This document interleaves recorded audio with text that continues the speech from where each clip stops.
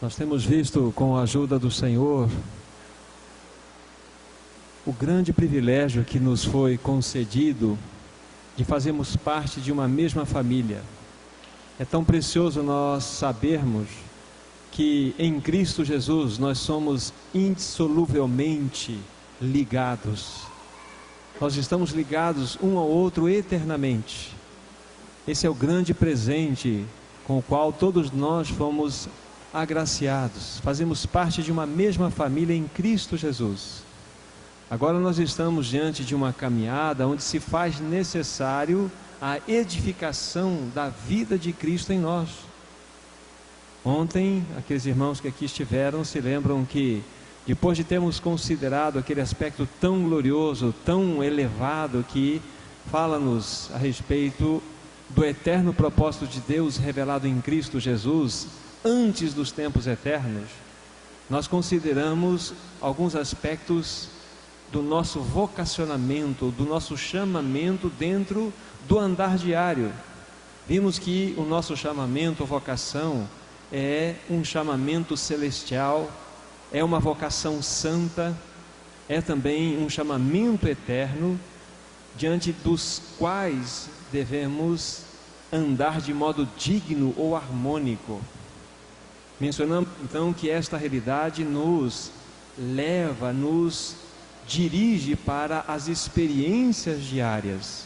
Não tem como nós, de fato, estarmos sendo preparados pelo Senhor para experimentarmos aquela tão gloriosa expressão da igreja que Ele assim anseia, se não formos trabalhados pelo Senhor, se nós não formos disciplinados ou mesmo quebrantados pelo Senhor.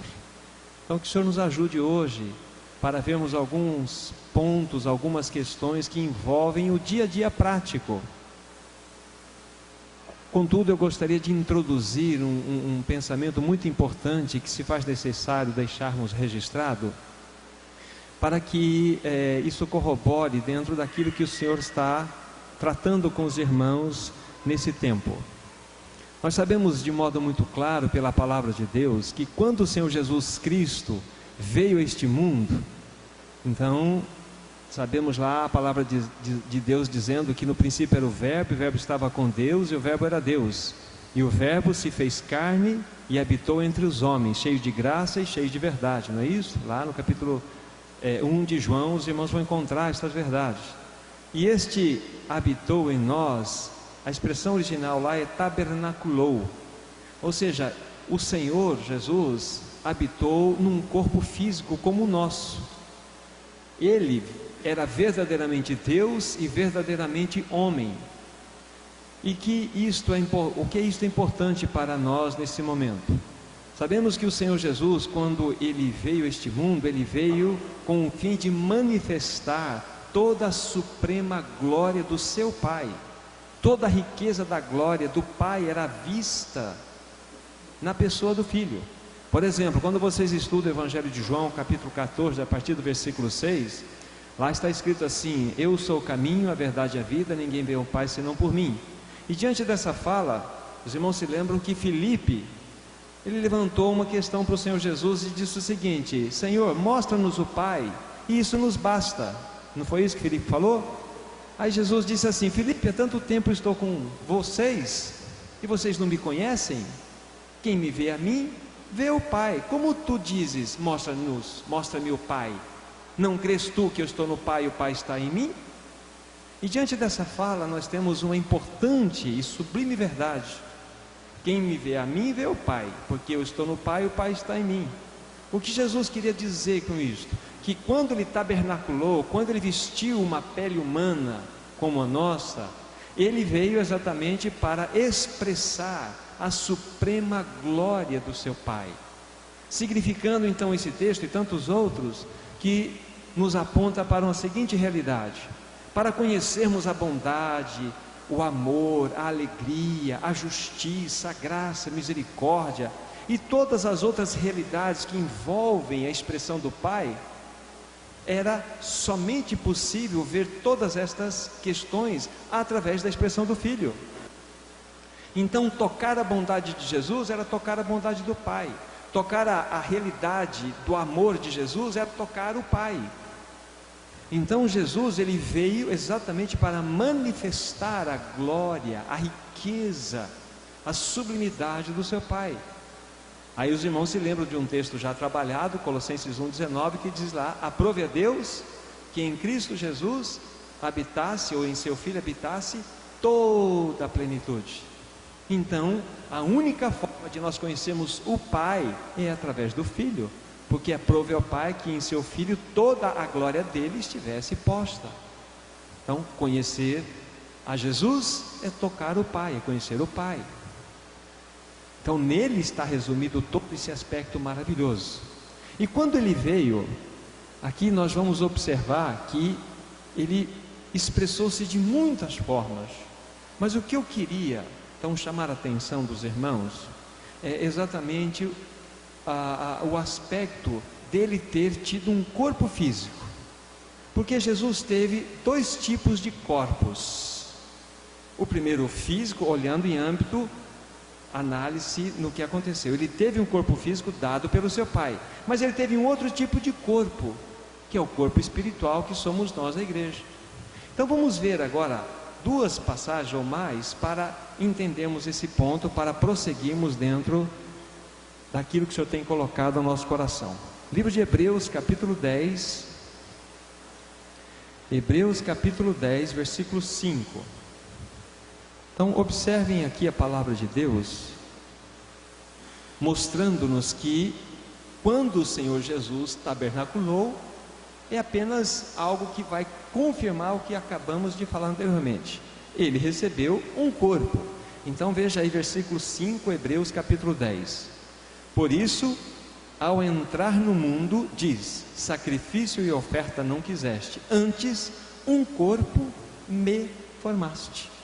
E exatamente com esse corpo que o Senhor Jesus tinha, que era um corpo semelhante ao nosso, um corpo humano, ele exatamente expressava toda a glória e majestade do seu Pai.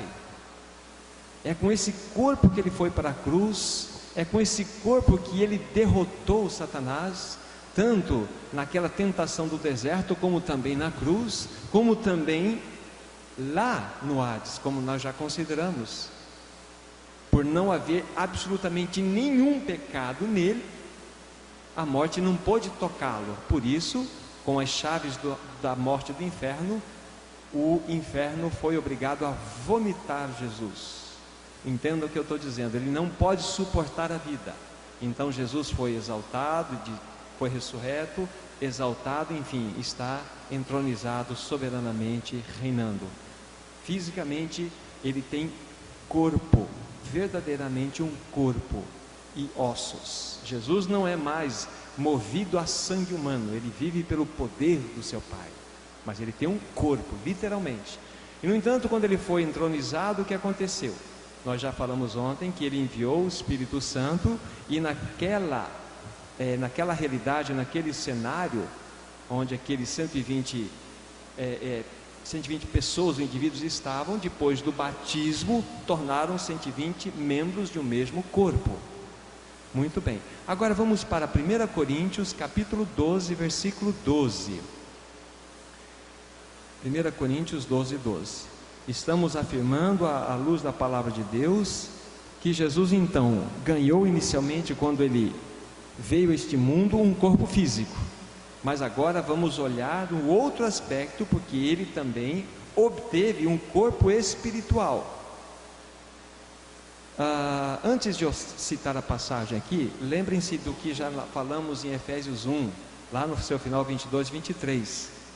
Não é isso? Que Deus o deu à igreja, a qual é seu corpo, a plenitude daquele que enche tudo em todas as coisas. Então a igreja é a plenitude de Cristo. O corpo que refere-se à igreja é a plenitude de Cristo. Olhe o versículo 27 inicialmente, nós temos assim: ora, vós sois o corpo de Cristo, e individualmente membros desse corpo. Então isso já nos mostra de modo muito claro. Por favor, irmãos e irmãs, observem, Jesus teve um corpo físico, literal, absolutamente perfeito, santo, através do qual ele manifestava toda a glória do seu Pai. Mas aqui nós estamos verificando que nós somos o corpo de Cristo, não é isso? Então esse corpo, lógico, não é o físico. Que corpo é esse então? É o corpo espiritual, é a igreja. E individualmente somos membros desse corpo. Já falamos algumas coisas sobre isto.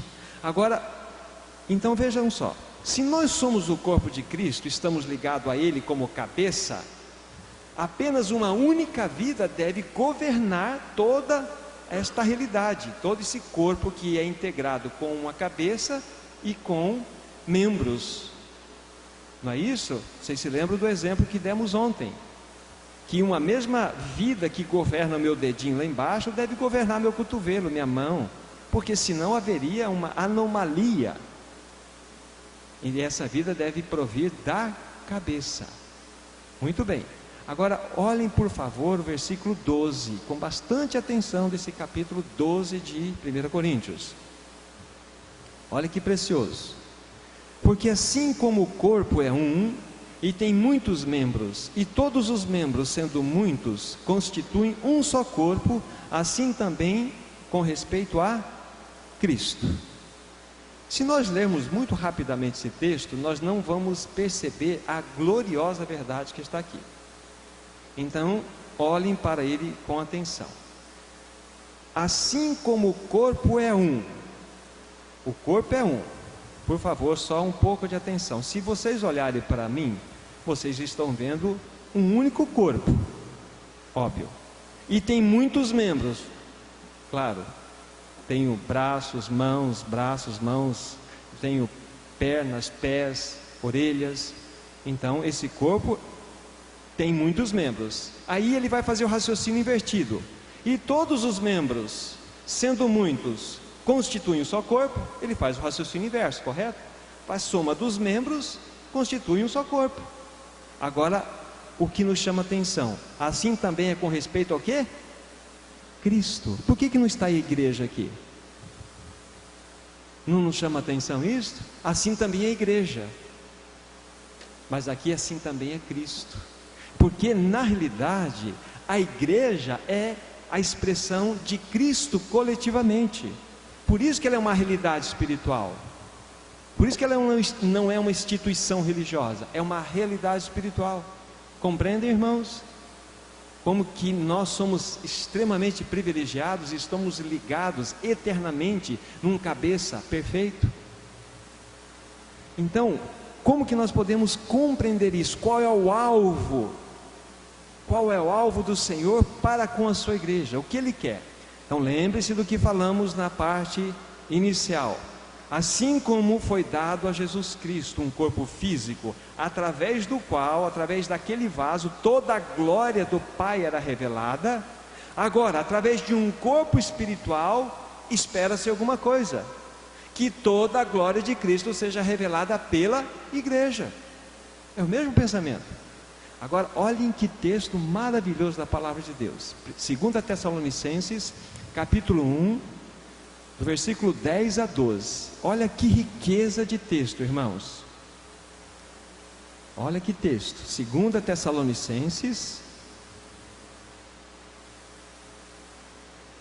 é o capítulo 1, do versículo 10 a 12. Prestem bem atenção.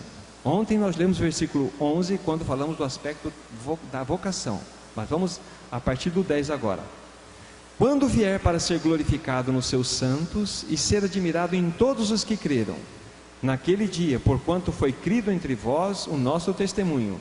Por isso também não cessamos de orar por vós, para que o nosso Deus vos torne dignos da sua vocação e cumpra com poder todo o propósito de bondade e obra de fé, a fim de que o nome de nosso Senhor Jesus Cristo seja glorificado em vós, e vós nele, segundo a graça do nosso Deus e do Senhor Jesus Cristo.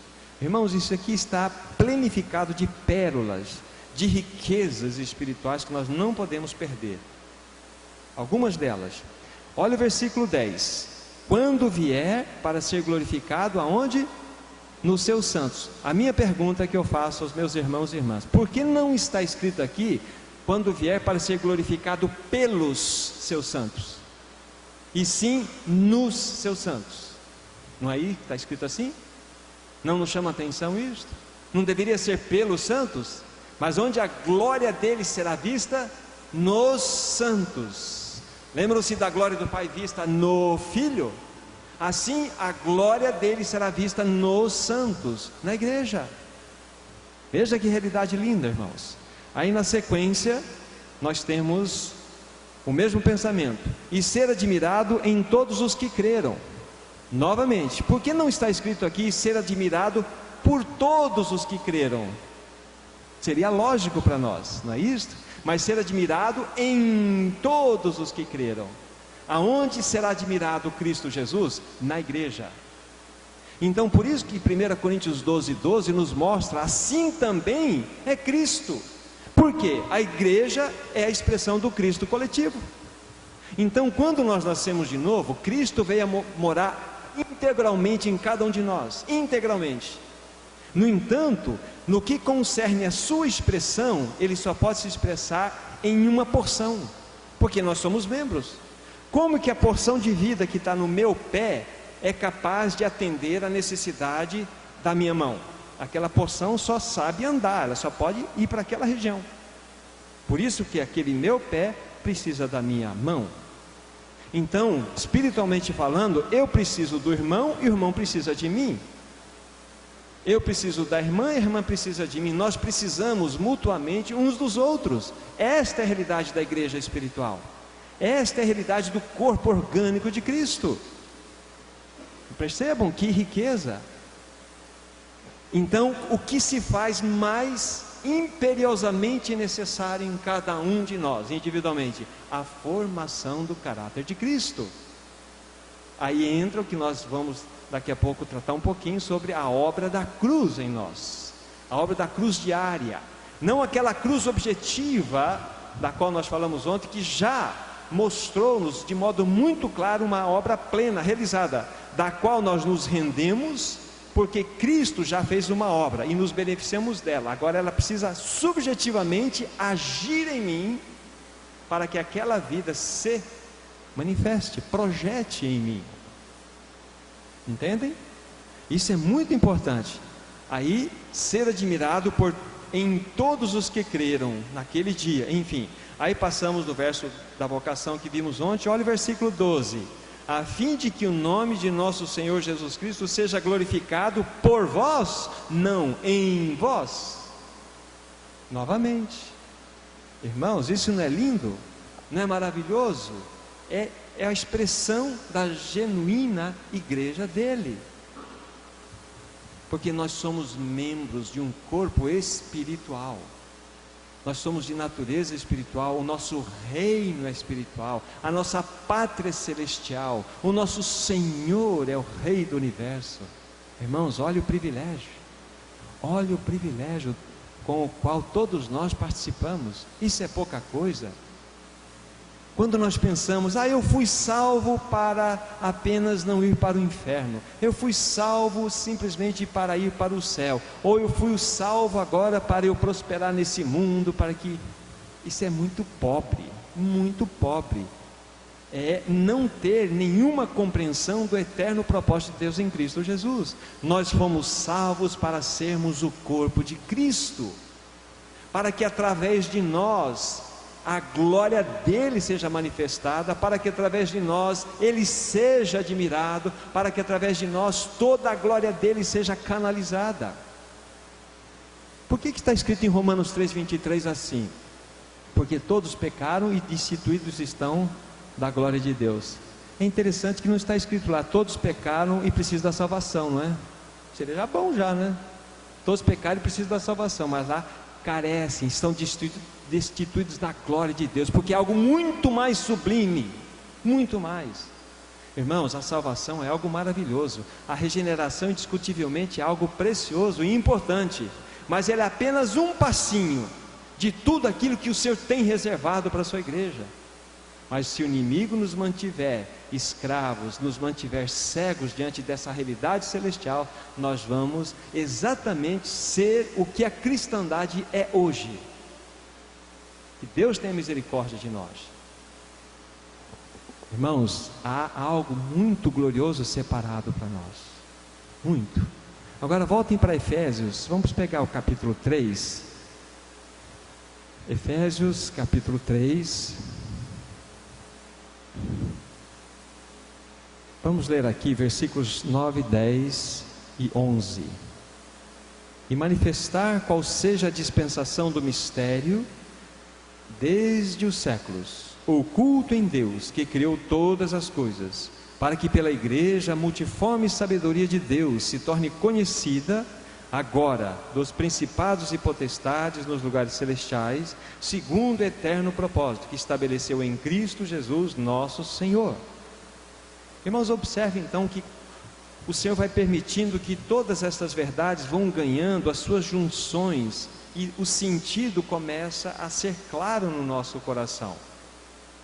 Manifestar qual seja a dispensação do mistério desde os séculos oculto em Deus que criou todas as coisas, para que, olha a revelação, pela igreja a multiforme sabedoria de Deus se torne conhecida dos principados e potestades nos lugares celestiais.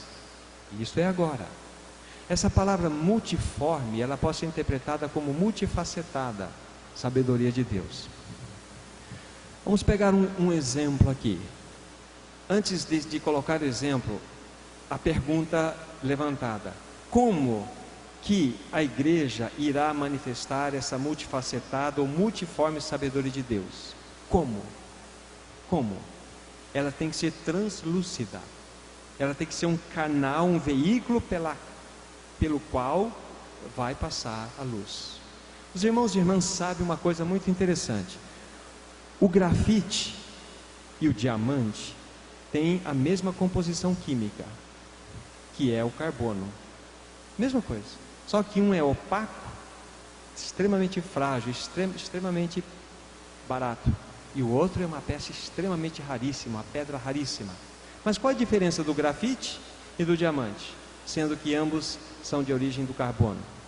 Vamos imaginar aqui, na potência da nossa mente, pegar um grafite, abrir um buraco e ir para o meio, para o fundo da terra, e colocar o grafite e tirarmos a mão, aqui isso é tudo no imaginário, e deixarmos esse grafite lá.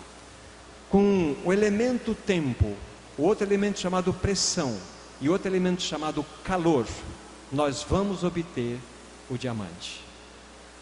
Então nós precisamos de tempo, pressão e muito calor, ou temperatura elevada. É exatamente o processo de transformação de um elemento em outro.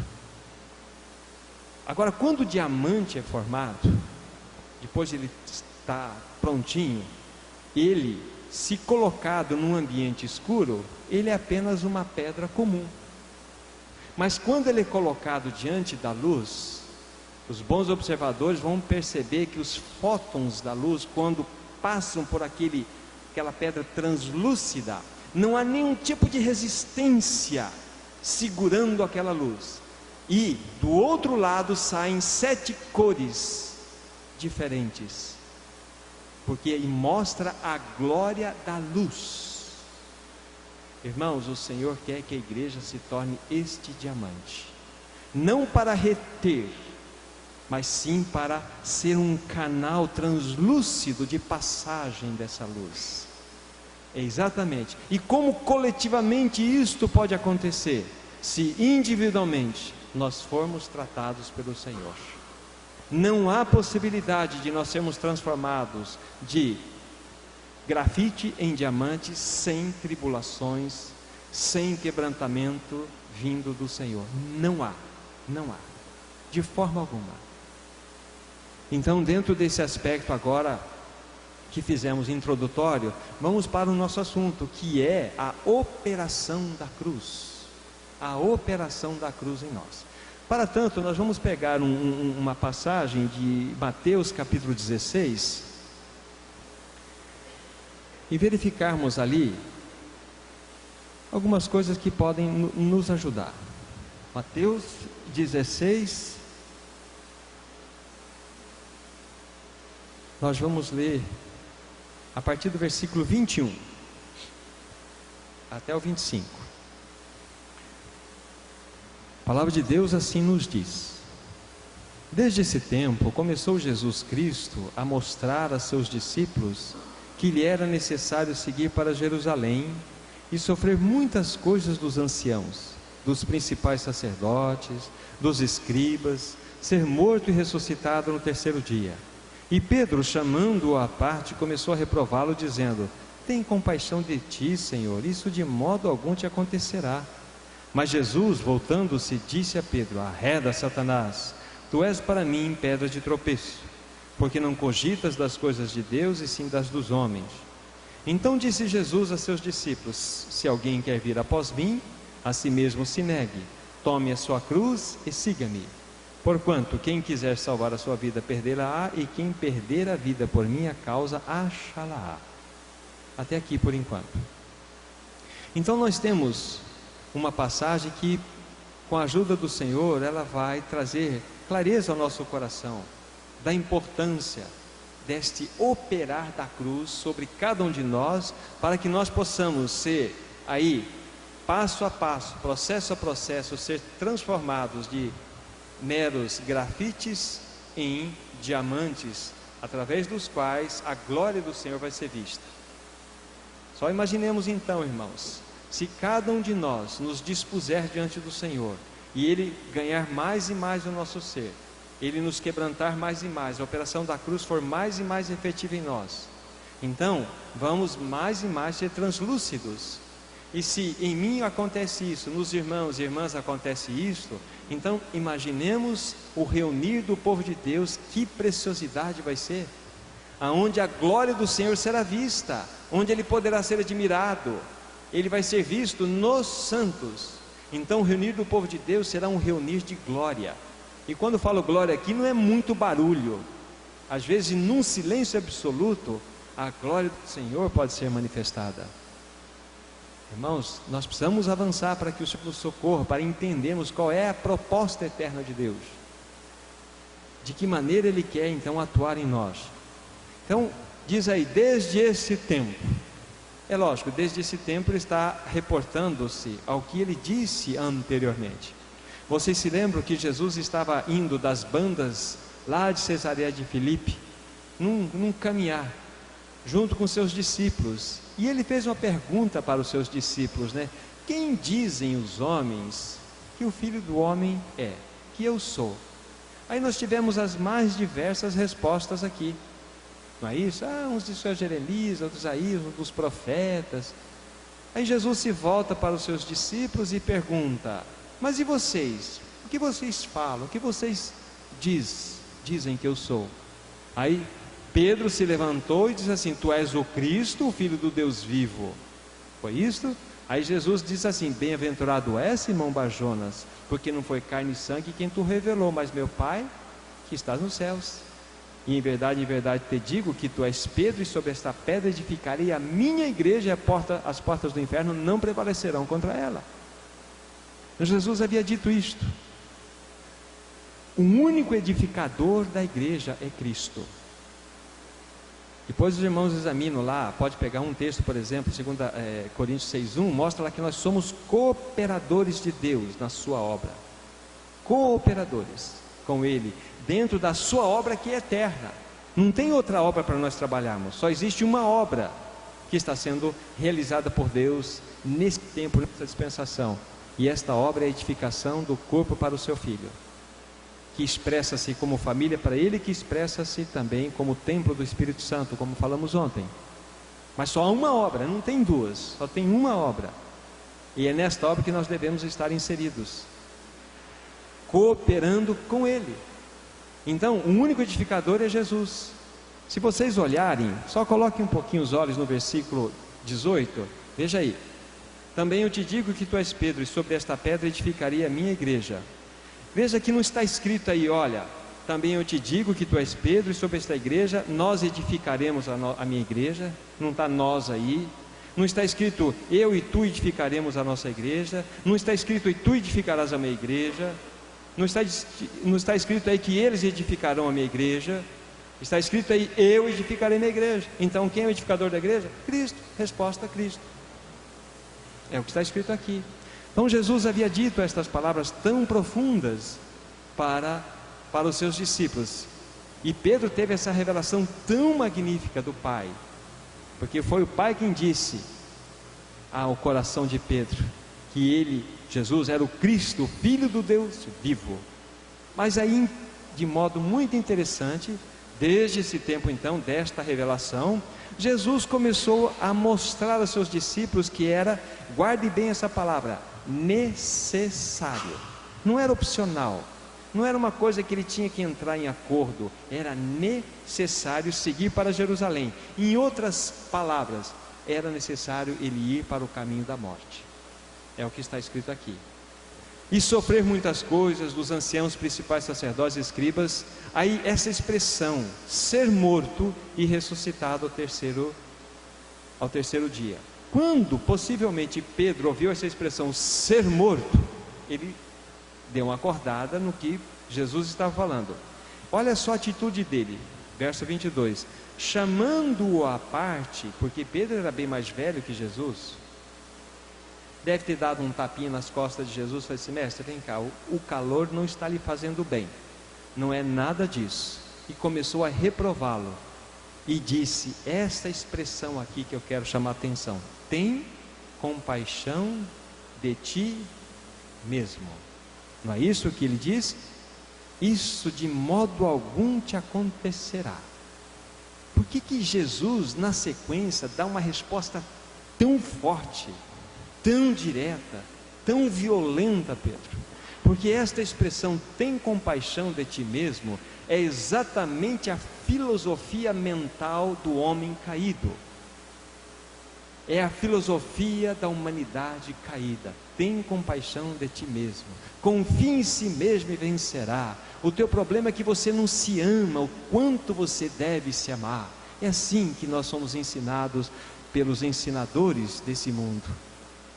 Essa é a política mental desse mundo, é o caminho do mundo. Confia em si mesmo, pensa em ti mesmo, tenha compaixão de ti mesmo, Senhor. Aí nós sabemos da dura reprovação de Jesus: arreda, Satanás, tu és para mim pedra de tropeço, porque não cogitas das coisas de Deus e sim dos homens. Então esta expressão, irmãos, ela simplesmente caracterizava a política mental de Pedro, caracterizava o pensamento caído de Pedro. Ou seja, era um pensamento da sua mente caída, que tinha a aceitação do pensamento mundano e que tinha uma aprovação irrestrita de Satanás. Jesus, percebendo o cheiro de enxofre nessa fala, vindo lá das mais profundezas trevas, ele disse: arreda, Satanás, eu conheço esse discurso, está fora. Então, eu quero considerar alguns versículos da palavra de Deus para mostrarmos exatamente o que significa este si mesmo, olhando dentro do aspecto positivo agora. Peguem lá Romanos capítulo 15, versículo 3. Isso é muito importante para avançarmos no nosso pensamento.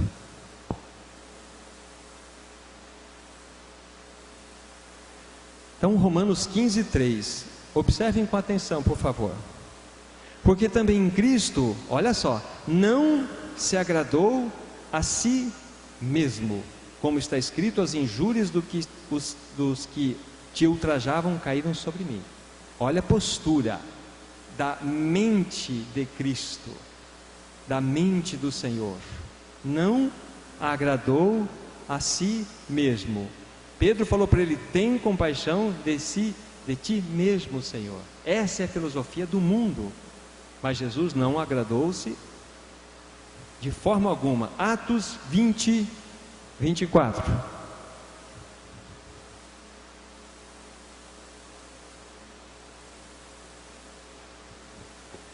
Olha só, Atos 20, 24. Aí o apóstolo Paulo mostrando essa verdade desta forma: porém em nada considero a vida preciosa para mim mesmo, contanto que complete a minha carreira e o ministério que recebi do Senhor Jesus para testemunhar o Evangelho da graça de Deus.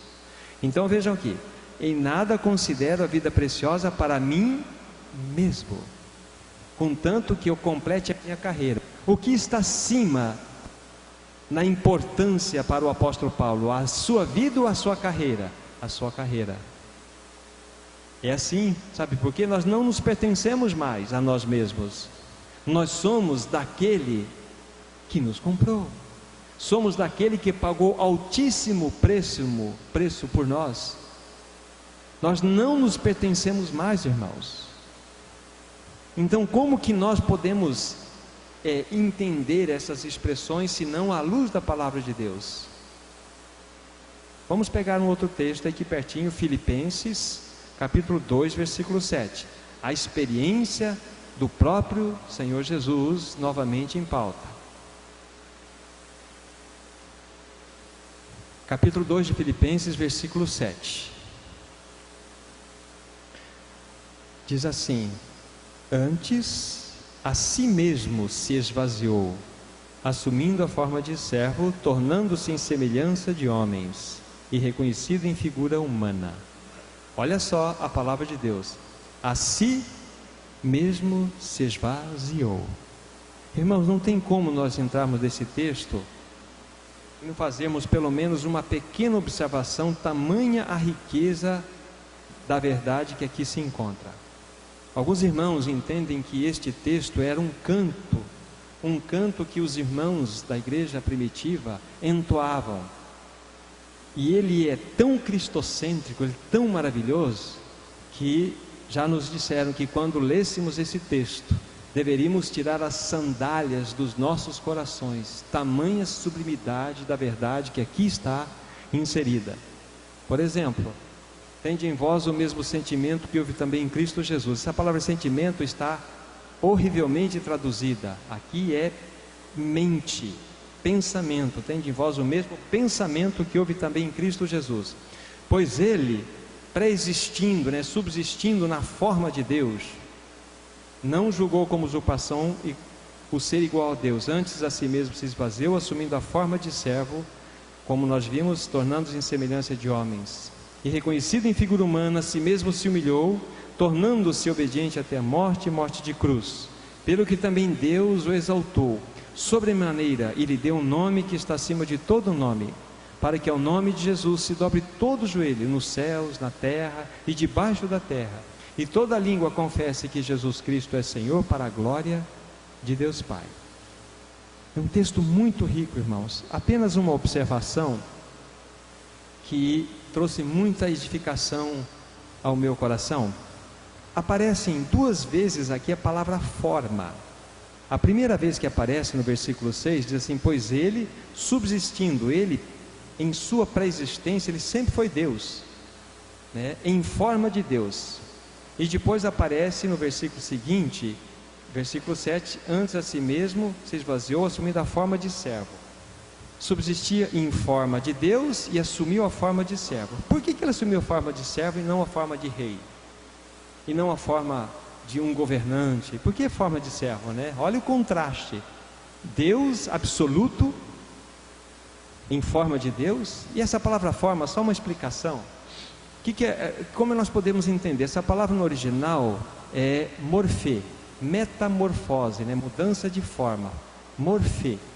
Então se passa um cachorro andando aqui, nós não falamos assim: olha uma forma de cachorro indo para lá, olha um cachorrinho indo para lá, porque a forma do cachorro naturalmente expressa a natureza interna dele. Então a forma está ligada com a natureza. Então dizer forma de Deus é porque verdadeiramente ele era Deus. Entende? Não é uma forma, é algo que caracteriza, denota a realidade da natureza, da integralidade da natureza do ser. E ele assumiu então a forma de servo. Por quê? Porque quando esse texto é analisado, tende em vós o mesmo pensamento que houve também em Cristo Jesus, significa ou tende em vós a mesma mente que houve também em Cristo Jesus. Sabe o que significa ter a mente de Jesus Cristo? Ter a mente da cruz. É isso. Ter a mente da cruz. A mente da cruz. Nós falamos no primeiro dia, nos lembrando daquela última estada nossa aqui, da tão grande salvação. E quando nós mostramos do valor eterno da cruz, que a cruz não é um valor histórico apenas. A cruz, ela tem um valor eterno, que rege o coração da Trindade, e vai reger a eternidade. Então a cruz não é apenas uma mensagem salvífica, a cruz é um elemento de princípio espiritual que governa a Trindade Santa. Então nós temos uma pista para a resposta. Por que subsistir em forma de Deus e assumir a forma de servo? Porque a forma de servo era a forma mais adequada para mostrar e aquele que podia, que tinha todos os direitos de ser rei, assumiu forma de servo. Por quê? É o contraste, porque ele tinha a mente de cruz. Isso não é lindo, irmãos? É muito precioso para nós pensarmos. Isso nos mostra o que o Senhor quer fazer em nós, nos deixar translúcidos como aquele diamante totalmente trabalhado pela temperatura, pelo tempo, pela pressão, pelas circunstâncias, pelas provas, pelas dificuldades, pelas contrariedades, para que o caráter de Cristo seja formado em nós. Então voltemos lá para Mateus capítulo 16, só para fazermos algumas outras considerações.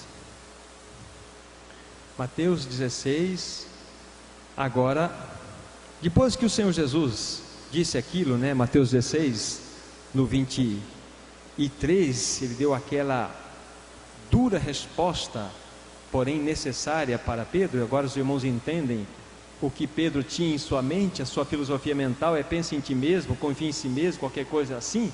E Jesus falou assim: não pense em si mesmo. Paulo falou assim: não agrado de mim mesmo. Não é a questão em mim mesmo, é nele, tudo nele. Isso é claro para todos nós. No entanto, depois disso, Jesus então se volta novamente e diz assim: então disse Jesus aos seus discípulos: se alguém quer vir após mim, a si mesmo se negue, tome a sua cruz e siga-me. Não é assim que está escrito? Aqui está um grande convite, um convite maravilhoso que implica uma realidade espiritual. Observem, por favor, aqui não está escrito: se alguém quiser ser salvo, venha após mim. E todas as vezes que a palavra de Deus for tratar deste assunto nos outros evangelhos, sempre vai estar falando de discipulado e não de salvação, não de regeneração. Só pode ser chamado para o discipulado aquele que passou pela regeneração, não outro. Então, disse Jesus aos seus discípulos: se alguém quer vir após mim, a si mesmo se negue. Veja aqui agora, a condição não é pense em ti mesmo, a si mesmo se negue. Irmãos, e isso aqui não é fácil. Nós nascemos voltados para nós mesmos. Nós nascemos cheios de direitos, cheios de valores.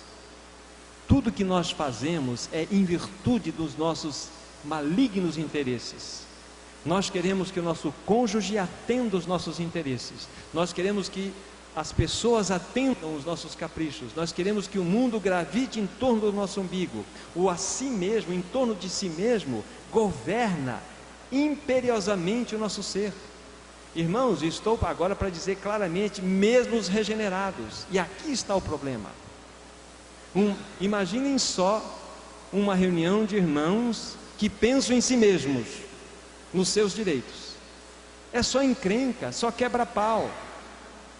Agora pense numa assembleia reunida, aonde todo pensar é para Cristo, é negar a si mesmo, a bênção da manifestação de Cristo no meio desse povo. Por que é encrenca, irmãos? Porque dois umbigos não conseguem conviver sozinhos, duas vontades imperiosas não conseguem suportar uma outra. É por isso, porque tem que ser o meu valor estabelecido. Irmãos, nós jamais cresceremos, jamais teremos a manifestação da igreja, se nós não nos submetermos ao operar da cruz. E nós fugimos do operar da cruz. Mas o Espírito Santo, ele é tão maravilhoso que sempre vai estar arranjando circunstâncias para sermos confrontados por essas circunstâncias, para sermos trabalhados por ela, para sermos quebrantados a tal forma para que Cristo seja visto. Volto a fazer a pergunta, irmãos, irmãs também, quanto de Cristo tem sido manifestado em cada um de vocês e em mim também? Da última vez que aqui estivemos até o presente momento, será que vocês podem tocar Cristo em mim e eu posso tocar Cristo em vocês? Meus irmãos, nós não podemos confundir cristianismo com um acúmulo de informação. Nós não podemos confundir cristianismo com pregação de doutrina. Nós não podemos confundir cristianismo com ensinamento bíblico. Cristianismo é manifestação da vida de Cristo. Cristo precisa se manifestar em nós, e para tanto precisamos ser trabalhados, precisamos ser esmerilhados, levados ao pó, porque é o nosso lugar. Porque, irmãos, nós somos muito mais arrogantes do que nós imaginamos. Não estou jogando conversa fora não, estou falando a meu respeito. Irmãos, que o Senhor tenha misericórdia de nós, que coloquemos a boca no pó. Irmãos, nós precisamos ser quebrantados. E quando há este convite aqui, isso aqui é interessante, é um convite, não é uma intimação. Vejam que, olha a obra da graça do Senhor. Nós nascemos de novo pela sua graça. É como se o Senhor nos tirasse das trevas, nos colocasse na luz e nos colocasse numa posição e dissesse assim: olha, particularizando, você agora está salvo, verdadeiramente salvo, mas eu quero estender um convite para você. Você quer ser meu discípulo? É assim que Ele faz. Ele nos salva, nos coloca num lugar, mas para que o caráter dele seja formado na pessoa que foi salva, Ele faz o convite: você quer ser meu discípulo? Quer vir após mim? Quer? Então aqui tem: a si mesmo se negue, tome a sua cruz e siga-me. Então isso aqui não é um convite, significando que a cruz não é compulsória. A cruz não é algo obrigatório por Deus. Nós só podemos andar no caminho da cruz se desejarmos, porque tem muitos que não crescem espiritualmente, porque nunca tomaram sua cruz, mas um dia na sua história se renderam ao Senhor, nasceram de novo, mas não avançaram em absolutamente nada, se tornaram críticos, se tornaram confusos, se tornaram o quê? Se tornaram religiosos, investigadores dos outros, mas não tem vida de Cristo. Oh, irmãos, desculpem a minha a exortação, que ela tem reverberação para mim também. Não pensem vocês que eu estou num local mais elevado. Eu estou junto com vocês, recebendo a palavra da necessidade de nós sermos trabalhados pelo Senhor, nós sermos quebrantados pelo Senhor, de assumirmos esse convite no nosso coração. Gozado, o Senhor Jesus poderia dizer assim: se alguém quer vir a mim, após mim, que venha, já estaria de bom tamanho, né? Quer vir após mim, quer seguir, vem. Mas Jesus não quer enganar ninguém. Ele coloca estas duas condições, porque Ele nos ama, verdadeiramente nos ama. A si mesmo se negue e tome a sua cruz. Sabe por que Ele coloca essas duas condições? Porque é absolutamente impossível a carne seguir a Cristo. É absolutamente impossível a carne produzir qualquer realidade espiritual. A carne produz religião, produz mentira, engano, engodo, mas a carne não produz realidade espiritual. Então Jesus tem tanta misericórdia que Ele não nos engana. Tem uma condição que é dupla: a si mesmo se negue, tome a sua cruz, é sua cruz, e venha após mim. E aqui nós lembramos daquele fato que consideramos ontem, do fator objetivo, a obra realizada de Cristo naquela cruz. Está pronto isso, como a eternidade no eterno propósito também está cumprido. E quando isso é um fato, eu posso subjetivamente experimentar esse fato. Então eu posso desejar o caminho da cruz, porque houve uma cruz, uma realidade, um dia no Calvário, historicamente falando. Mas essa cruz aqui é a minha cruz. É eu abrir mão dos meus direitos, dos meus valores. Irmãos, nós precisamos atentar que cada momento o Espírito Santo nos dá a oportunidade para sermos quebrantados. Mas o mal nosso é que sempre pensamos: o irmão que está do meu lado precisa. Essa que está sentada ao meu lado aqui, ainda bem que ela veio aqui hoje. Não é assim? Não, é para todos nós. Para mim, para nós. Todos nós precisamos ser quebrantados. Todos nós. Irmãos, isso é muito sério. A carne para nada a aproveita. Vamos sair só um pouquinho desse texto aí para Romanos, depois nós voltamos aqui. Romanos capítulo 7. Romanos capítulo 7. Só para os irmãos entenderem um pouquinho o livro de Romanos, é muito importante que a gente observe, lógico, num quadro muito geral. O capítulo 1 de Romanos, lembra-se que lá no versículo 16, ele anuncia, né, o poder do Evangelho para a salvação. É isso, é o poder de Deus para a salvação de todo homem, primeiro do judeu, também do grego. Aí a partir do versículo 18, Paulo começa a descrever aquela situação que envolve aquele homem entregue à sua mais baixa pecaminosidade, que eram os pagãos, que eles entraram numa expressão de pecado tão perversa que não havia mais condição nenhuma. Mas aí quando ele vai para o capítulo 2, ele entra um pouquinho no povo judeus. Como você está julgando aquele povo se você diz que não deve mentir, vive mentindo? Todos pecaram, estão, aí diz o capítulo 3, todos pecaram, estão destituídos da glória de Deus. Tanto judeus como gregos estão na mesma situação. Aí vem o capítulo 4, vocês se lembram, aquele exemplo de Abraão, o homem de fé. Ele já está apresentando o quadro ali que a salvação do homem só é possível se houver fé. Aí entra no capítulo 5, justificados pois pela fé temos paz com Deus. Ali está o quadro salvífico do homem. Ali está a mensagem da redenção do homem. E o capítulo 6? O capítulo 6 é um avanço para mostrar que a obra do Senhor foi superior, mostrando a tal ponto que para nós manifestarmos a sua vida é necessário que o nosso velho homem também tivesse sido crucificado como foi. Aí nós aprendemos que uma vez salvos, nós temos a revelação de que fomos crucificados com Cristo, que agora Cristo é nossa vida, que eu devo me considerar morto para o pecado, mas vivo para Deus em Cristo Jesus.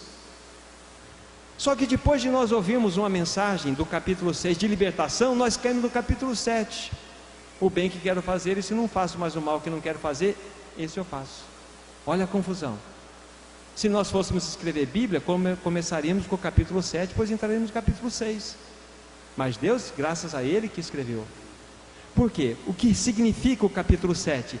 Toda tentativa do homem em viver a vida de Cristo na força do seu braço. São aqueles que querem ser discípulo de Jesus sem negar a si mesmo e tomar a cruz. Aí tentam viver uma vida religiosa e caem na lama do pecado, caem na lama de si mesmo. Então Romanos 7 nos mostra um quadro muito lindo nesse sentido. Mas graças a Deus que nós não precisamos ficar no Romanos 7, tem Romanos 8. Nenhuma condenação há para aqueles que estão em Cristo Jesus, que não andam segundo a carne, mas segundo o Espírito. Aí é o andar no Espírito, na dependência. Aí envolve o quê? Tudo aquilo que o Espírito vai mostrar a nós. O que Ele vai mostrar? Cristo. Vai nos mostrar que para andarmos após Cristo, devemos negar a nós mesmos, tomar a cruz e ir após Ele. Não tem outro caminho. Mas aqui a palavra de Deus, no versículo, capítulo 7, no versículo, vamos pegar 17 aqui em diante, ó. Nesse caso, já não sou eu quem faço isto, mas o pecado que habita em mim. Porque eu sei que em mim, isto é, na minha carne, não habita bem algum. Olha aqui, esse texto. Na minha carne não habita bem algum, pois o querer o bem está em mim, não porém efetuá-lo. Aqui está o conflito do cristão, irmãos. Não é do ímpio. Ímpio não tem conflito. Ímpio está no pecado. Mas o santo tem conflito. Mas quando não tem discernimento, começa a falar assim: mas e agora? Não, nasci de novo, nasci de novo, nasci de novo, nasci de novo, nasci de novo. não está vivendo na força do braço. O braço está musculoso, mas é carne, não funciona. Até, irmãos e irmãs, não chegarmos ao versículo 24, não há saída para nós. Desesperado homem, miserável homem que sou, quem me livrará do corpo dessa morte? Irmãos, enquanto o Espírito Santo não nos botar a boca no pó e mostrar nossa miséria, que nós não podemos viver vida cristã, porque ela é uma vida espiritual, é uma realidade espiritual. Como que nós podemos produzir uma coisa? Não. Então o Espírito mostra que nós não podemos, mas graças a Deus o mesmo Espírito provisiona um caminho para nós. Ele provisiona circunstâncias para nós. O que Ele quer? Que nós reajamos, que nós aceitemos a sua obra em nós, que nós nos humilhemos para que Ele faça a obra. Ele arranja caminhos para nós. Então, voltando para Mateus, no capítulo 16,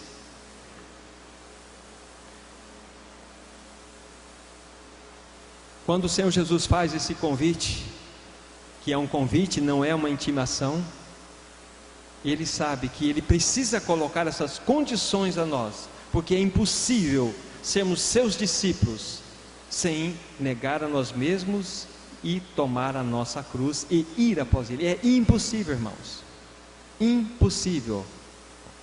Aí, algumas outras considerações aqui que me vêm ao coração. Carne e cruz não combinam mesmo. Carne e cruz, uma é repulsiva à outra. Outra coisa importante, cruz não é amaciante de carne.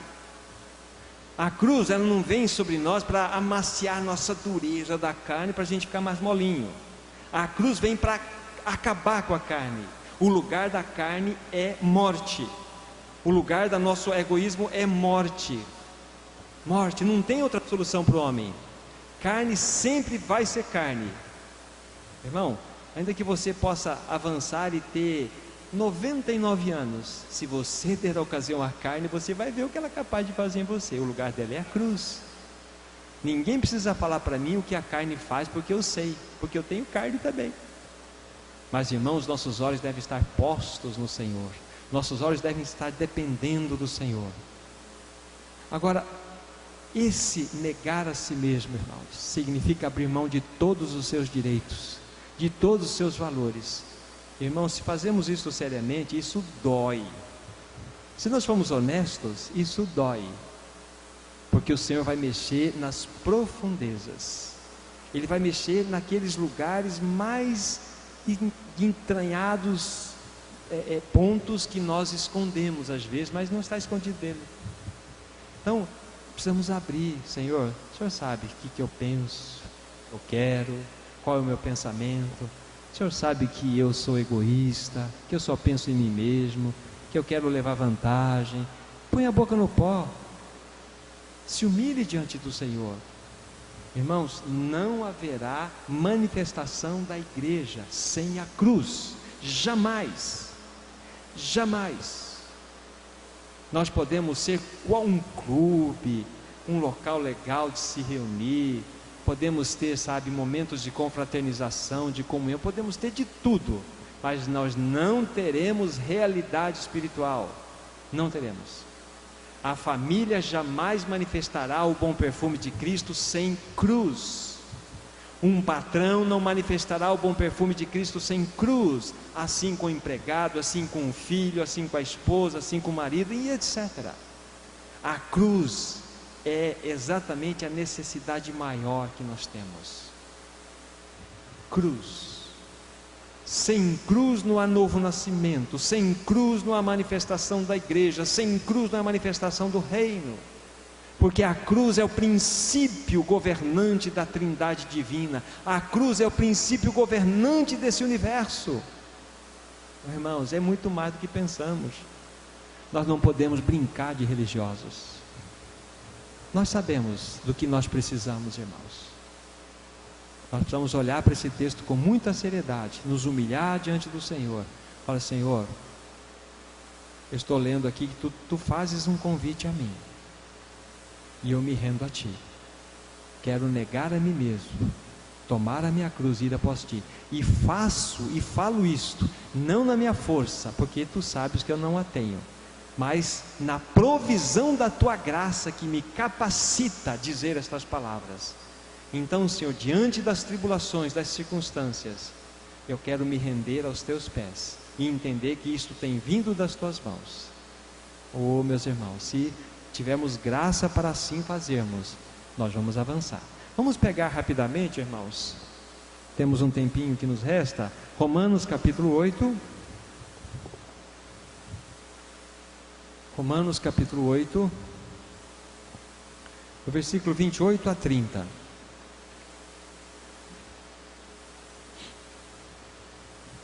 Sabemos que todas as coisas cooperam para o bem daqueles que amam a Deus, daqueles que são chamados segundo o seu propósito. Porquanto aos que de antemão conheceu, também os predestinou para serem conformes à imagem do seu Filho, a fim de que ele seja o primogênito entre muitos irmãos. E aos que predestinou também os chamou, e aos que chamou, estes também justificou, e aos que justificou, a este também glorificou. Muito bem. A palavra de Deus está nos mostrando aqui que devemos saber algo muito importante, que todas as coisas, não algumas, todas as coisas têm um fator de contribuição para o bem. Aí um irmão certa vez disse o seguinte: observem por favor, irmãos, aqui não está escrito que todas as coisas cooperam para o nosso bem, o meu bem, mas é para o bem daqueles que amam a Deus. Não é para o nosso bem-estar, para o nosso bem-estar, mas é para o bem daqueles que amam a Deus. Então, muitas vezes, aquilo que nós atribuímos mal é o bem de Deus para a nossa realidade, segundo o seu propósito. Porquanto os que de antemão conheceu, também os predestinou. Fala um pouquinho, essa palavra predestinou aparece aqui, aparece em Efésios por 2 vezes, né? Capítulo 1, versículo 5 e versículo 11. A predestinação, que tem sido um atrapalho no coração de muitos irmãos ao longo dos séculos, ela sempre é vista de uma maneira, na minha compreensão, errônea.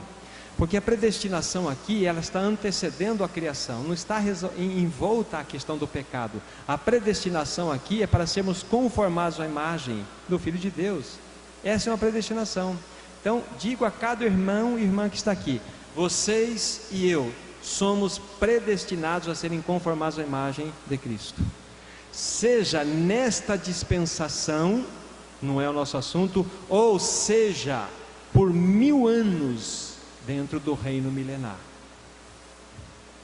Mas uma coisa é certa: vamos ser transformados e conformados à imagem dele, transformados de glória em glória e conformados à imagem dele. Então essa questão da predestinação aqui não é de salvação, de perdição, nada disso. A Bíblia nunca falou desse assunto. Então, aos que predestinou, versículo 29. Porquanto os que de antemão conheceu, também os predestinou para serem conformes à imagem do seu Filho, a fim de que ele seja o primogênito entre muitos irmãos. Agora, guarde, olha esse texto agora, versículo 30. E aos que predestinou para serem conformados à imagem do seu Filho, a esses também chamou. E aos que chamou também o que? Justificou. E aos que justificou, a esses também glorificou. Quando você estuda a palavra de Deus, vocês vão encontrar algumas coisas chamadas atos unilaterais de Deus. Atos unilaterais. A justificação, a glorificação, este chamado, essa predestinação tornam-se atos unilaterais, determinados por Deus. Agora, a pergunta que eu faço nesse versículo 30, por que entre justificou e glorificou não está e santificou? Não encontra-se e santificou, encontra-se? Não está. Gozado. Por quê? Porque a santificação, ela tem duas realidades. Primeiro, Ele em nós é absolutamente santo. Ele é a nossa santidade. Cristo é a nossa santidade. Isso é um fato. Isso é um ato imutável. Mas a Bíblia não fala assim: sede santos porque eu sou santo. Aquele é santo, santifique-se ainda. Não é isso? Aquele que é justo, busque mais justiça ainda. Então a a santificação, ela torna-se um ato bilateral. Nós precisamos responder. Nós precisamos responder ao tratamento do Senhor. Então, quando o tratamento vir até nós, que o Senhor providencia tudo, vocês não se preocupem em procurar tribulação, elas vão alcançar vocês facilmente. Essa é a tarefa do Espírito, Ele sabe. Então entendam que a resposta é importante. Senhor, eu desejo isto. Exatamente assim, de nós nos rendemos a todos os efeitos que o Senhor tem providenciado pelo seu Espírito. O que o Espírito Santo está fazendo nesse tempo, irmãos e irmãs? Buscando, procurando bordar Cristo em nós. Mas nós estamos correndo dele, nós estamos fugindo, nós estamos culpando o outro do nosso problema. O problema é o que está do meu lado, o problema é o meu patrão, o meu problema é o meu encravado, o meu problema é tudo, menos eu. Gente, o nosso problema tem 2 letras apenas, eu. E o lugar do nosso eu é cruz. Então, diante desse fato, do fato que nós fomos vocacionados celestialmente, numa vocação santa, numa vocação eterna, não tem como nós fazermos parte dessa igreja genuína, espiritual, se nós não formos trabalhados pela cruz. Irmãos, nós precisamos nos render ao tratamento do Senhor. Eu quero mais, me permitam citar uma passagem, apenas mais uma passagem, Mateus capítulo 13, lá dentro daquele contexto das parábolas do Senhor Jesus, 2 versículos, 45 e 46.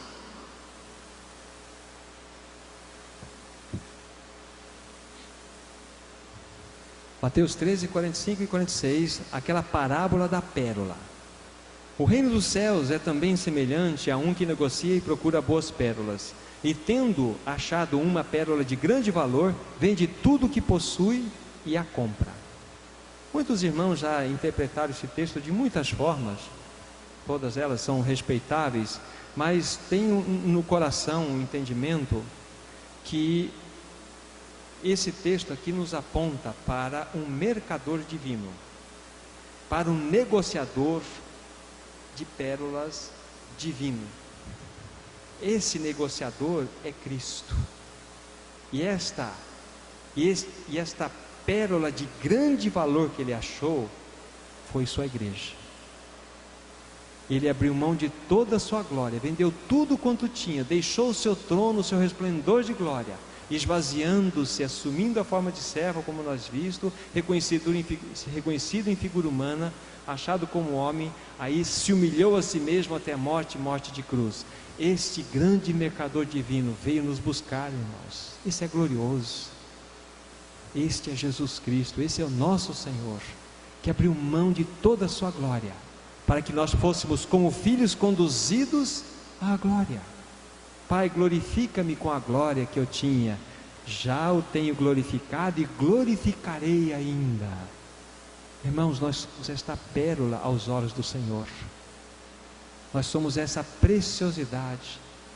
Será que nós somos salvos simplesmente para não irmos para o inferno, ou para irmos para o céu, ou para termos bons resultados aqui? Como dissemos, é muito pobre. Fomos salvos para participarmos do corpo vivo de Cristo, esta realidade espiritual. Somos esta pérola aos olhos do nosso Senhor.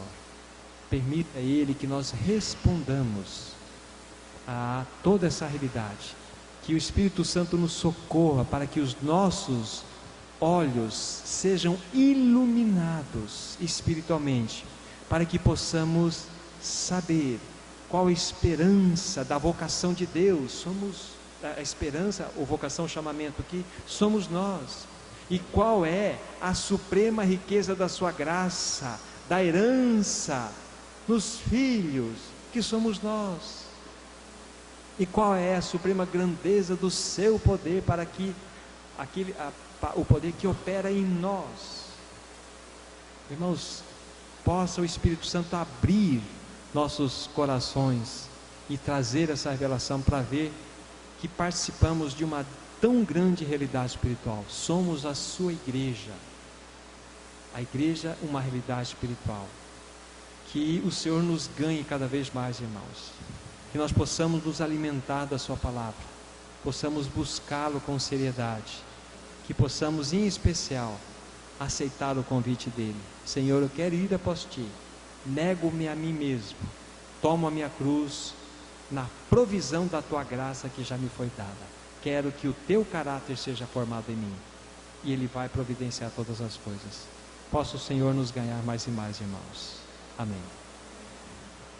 Graças te damos, bom Pai, pelo momento que tivemos juntos, pela tua palavra, tudo aquilo que nos faltou, que o Espírito Santo possa prover, possa trazer luz, trazer clareza, e que possamos ser desafiados pela tua própria palavra. Nós não queremos sair daqui como chegamos, não queremos ser os mesmos, mas queremos responder ao teu santo convite desta realidade espiritual do discipulado. Queremos negar a nós mesmos, tomar a nossa cruz e ir após ti. Senhor, providencie as circunstâncias necessárias, Senhor, para que possamos, na tua infinita graça, atender ao teu eterno propósito.